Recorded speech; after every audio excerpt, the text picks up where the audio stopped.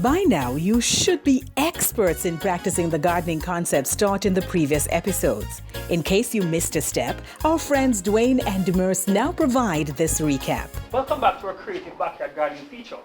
In this our final installment, we're going to remind you of the gardening concepts, how and where they can be used. Over to you, Demers. In the first scene, we were talking about utilizing a small area in your backyard where we had showed you to prepare a plot. There we showed you of how we planted the cucumber 3x3 inside of the area that was being prepared. We also showed you about the containerized gardening, whereas we have our special crops that we have put inside the containers. Special crops that we're looking at are like the strawberries right here being grown in containers. We have right here the spinach being grown in a container right here. We have the tomato right here. It's even blossoming right now. The cucumber plant is being blossomed. Right here, you can see the blossom right there. The flowering. There you go. All right. Early on, we made mention of using a stand. Here, made of simple board and bamboo. As we have made mention before, if you don't have bamboo, you can utilize your 3-inch PVC piping. Here, you can see we have planted our special crop of scallion right here in this stand. Further on, for aesthetic value to your home, we have the dasheen being planted right here in this flower pot. You can place this right on your veranda.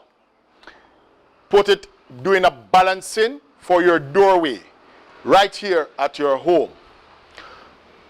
Now, coming down, we have some special plants here as well. We have your peppermint right there being grown in an old cement bucket that was thrown outside. We utilized it in putting a peppermint plant inside there. Coming down, we have our good old Jamaican ginger right here being grown inside the container. Ginger normally takes 9 months to come into maturity. So we have it right here. We also have intercropping being done right here inside this quarter piece of 50-gallon container drum. Now, we have the string bean being intercropped with the corn. As in our containerized gardening, we have another advantage that we can utilize this process in doing. Here, we can use the fever grass, incorporate within your crops, and you can use it as a form of insect repellent naturally, along with the French thyme being planted in your garden. And also, you can use the tomato plant to repel some insects that will be attracted to some other crops. These are some of the examples that you can use in your containerized garden for insect repellent. Demers, thank you so much for telling us about how to have healthy backyard gardens which can complement our diets and save money.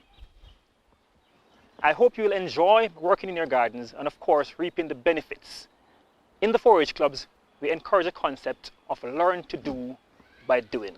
So get your garden started and enjoy. I hope you enjoyed our mini-series on backyard gardening. Remember to share what you learned with your friends and neighbors. The Jamaica 4-H Clubs continues to promote food diversification and food security. Keep in touch with the Jamaica 4-H Clubs on social media, on Instagram, Facebook, YouTube, and Twitter. You can also give them a call at 876-927-405022. Remember, your food security is your surety. Thank you for watching.